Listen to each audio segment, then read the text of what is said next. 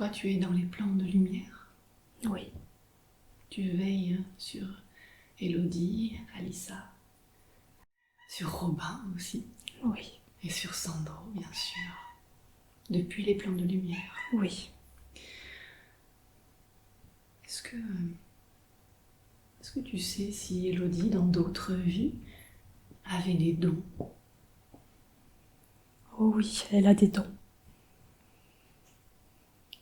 En apposant ses mains, elle envoie la lumière. Elle ouvre les cœurs. Et c'est un don qu'Élodie peut réactiver dans cette vie. Oui. C'est pour ça qu'elle touche les gens.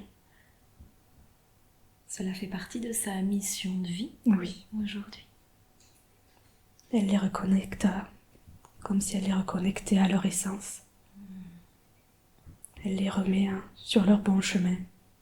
Elle leur montre la voie. D'accord. Et quel lien particulier Élodie a dans cette vie avec les enfants? C'est l'amour.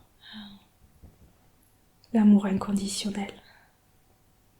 Elle aime tous les enfants, comme si c'était les siens. Elle leur donne beaucoup d'amour. Donc c'est aussi sa mission de travailler avec les enfants pour diffuser cet amour. C'est pour ça qu'elle aime travailler avec les petits enfants, parce qu'on peut les prendre dans les bras. Ils viennent à elle d'ailleurs. Dès que quelqu'un va pas bien, ou dès que les gens vont pas bien, ils vont la voir. Même un inconnu va parler à Élodie, va s'ouvrir à Élodie. Parce qu'elle est là pour les aider, les remettre sur leur chemin. Est-ce que cette mission avec les enfants, elle est aussi en lien avec toutes ces âmes qui s'incarnent aujourd'hui et qui sont là pour amener la lumière sur Terre, Oui. pour le changement? Il y a beaucoup d'enfants avec des dons, avec des capacités. Élodie est un peu comme une nourrice de lumière. Élodie les accueille. Elle les rassure. Elle les amène vers leur pleine lumière. Est-ce que ça leur permet de reconnecter à leur mission aussi, à ces enfants? Et Alissa aussi.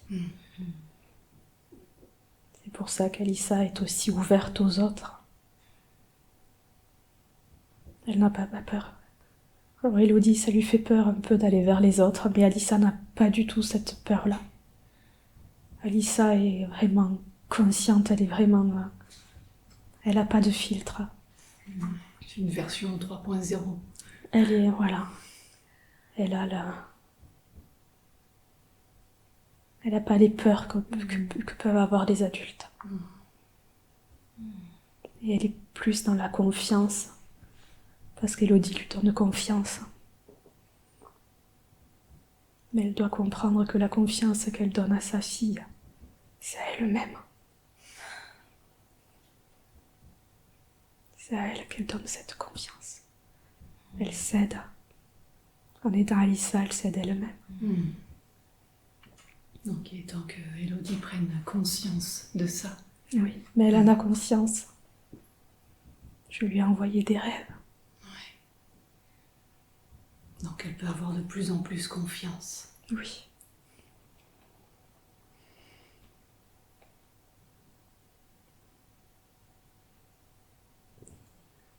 Est-ce que l'âme d'Élodie est venue apprendre quelque chose en particulier dans cette incarnation? L'amour de soi. Parce qu'elle donne beaucoup, mais elle se donne pas assez d'amour.